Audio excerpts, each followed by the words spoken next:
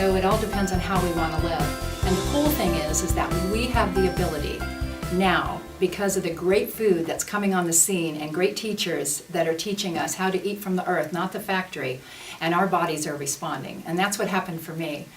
I was almost 50, and I had the opportunity to go away to this really cool camp. And what I learned there was raw food. And this was in 1990.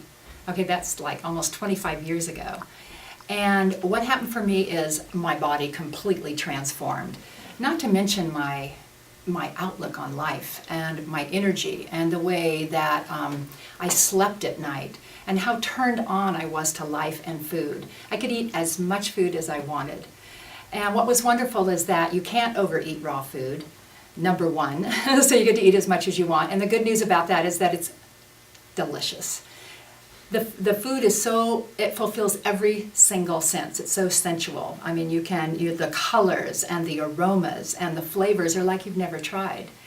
And so I was so turned on to what I learned that I became a devotee of it. And I lived like this for a couple of years and had the wonderful opportunity to go to work for an environmentalist and learn a lot more about food and the environment. And during this time, I lectured all over the country. And I learned how to eat vibrant, nourishing food that completely supported my body, transformed it, never had to diet again. And I was able to learn how to eat this food while I was traveling, make it affordable and easy. So of course, over the years, since this was a bit of time ago, and I learned really a lot about nutrition and cooked foods. And some of our foods are really better for us cooked. And a raw food is a little bit difficult to sustain at full time or all the time. And so I also learned to make cultured foods, which is probiotic foods. And these are foods that all of our centenarians all have in their diets. They all have an abundant amount of raw foods, and whether they're eating animal foods or not, their animals are clean, and they've been raised in a way that you would want to be raised if you were an animal. And anyway, but they have a lot more nutritional value to them. And then they all have, the centenarians, all have a rich probiotic food in their diet. And what I mean by probiotic, and these are foods that are alive with friendly flora and good bacteria to propagate our intestinal wall and to create an excellent digestive system.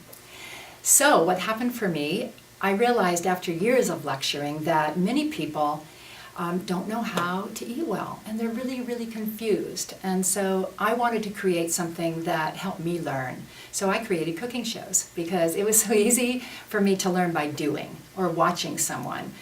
And so I created a whole course on raw food, cooked food, and cultured foods. So this is naturally fermented foods, the right balance of what foods are best to be cooked, and then what foods really should always be raw.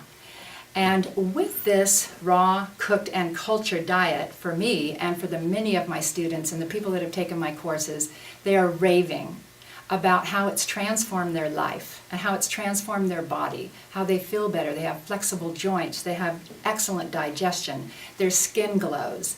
And so if we can all learn how to eat this way, then we too can become centenarians that are running through the hills and feeling well, because this is our life. And you know what, I think we all need to treat our bodies like they or I or it is our most prized possession. Because the truth is, it is. No matter what else you do, no matter how much money you make, or how big a family you have, or a big house, or a new car, or whatever your dreams to be realized in your life, they're not going to be any fun at all if you don't have abundant health. And we do have that opportunity. And I'm enjoying it, and I hope that you do too.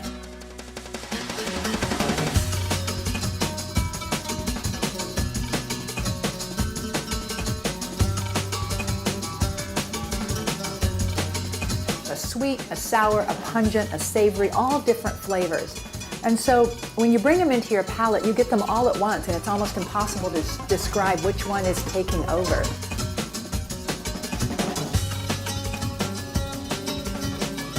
Just about the time this is done, I'm going to throw it on top of that goat cheese, and that's going to kind of melt it, and then I'm going to throw it on top of a salad and just lace it with the golden elixir dressing.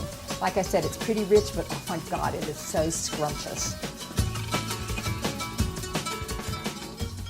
I hope you enjoyed my videos. Now I want to just take a quick moment here to give you an example of raw and cooked together, and actually this dish started my cooking career. And basically all we have here is Swiss chard, but it's already cooked. And a lot of people go, I hate chard. Let me fix it for you, I say. And afterwards they're just gobbling it up and asking for a second helping, and I'm not kidding. So anyway, the best thing you can do for a Swiss chard is not to eat it raw.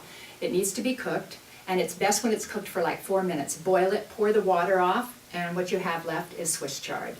Now that's cooked, right?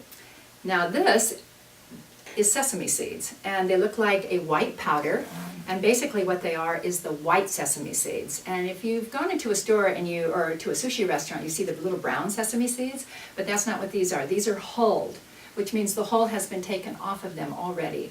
So that's a raw food. Now what I do is I put them in a coffee grinder or a blender or a bullet or anything that you might have, a Vitamix, and you blend them up and you make this luscious powder.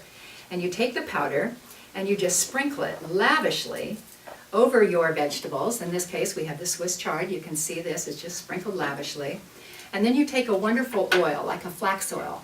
And the reason I recommend flax oil is that flax oil is this incredible food. Flax seeds are full of omegas, and they're very sensitive to light and heat. So it's important that they're refrigerated, and that's why you often see flax oil in the refrigerated section of your health food store. But a lot of people are just taking this in a tablespoon or pouring it into their smoothie. And you know what? You can make a great sauce out of it that's going to enhance your vegetables, fill you up, and have them kind of stick to your ribs, if you know what I mean. So you just take this, this beautiful flax oil and you pour it over the chard with the sesame seeds. And then what I like to use is a little bit of shoyu or a tamari if you like. But if you don't have that handy, a great sea salt will do. And you just sprinkle the salt on, and I'm just going to go ahead and just sprinkle this on like this. And there's a lot more I could say about salt that you will learn in my DVD series. So here you go. We have this wonderful flax oil, which is going to give you all your omegas. It's also going to create a flavor that you'll be very surprised about because it's kind of nutty. And then with the sesame seeds, it brings another element of this nuttiness, and you have an instant gravy. And you know what will happen? You can take this to a potluck or dinner to somebody's house, or just serve it at your house. And they're going to say, what's in this? That's what happens every time. What's in this? And I'll just go, oh, it's just a little bit of sesame seeds and flax oil. And what happens is that they go, oh my God, it's delicious. You can use the same recipe on top of sweet potatoes. It's really good too. So who would like to have a bite? Who would like to try this? All right. Wow, that is fantastic. Ooh, that's good. That is good. Yeah? You like Right. it? That's doable. Definitely. I never thought I'd like Another chili. bite. 4 to Thank 5 you. different flavors at one time. No, isn't the nuttiness good? Yeah. Yeah, that's what I'm Seeds. like, I'm tasting. Oh, I'm so I'm a glad. fan.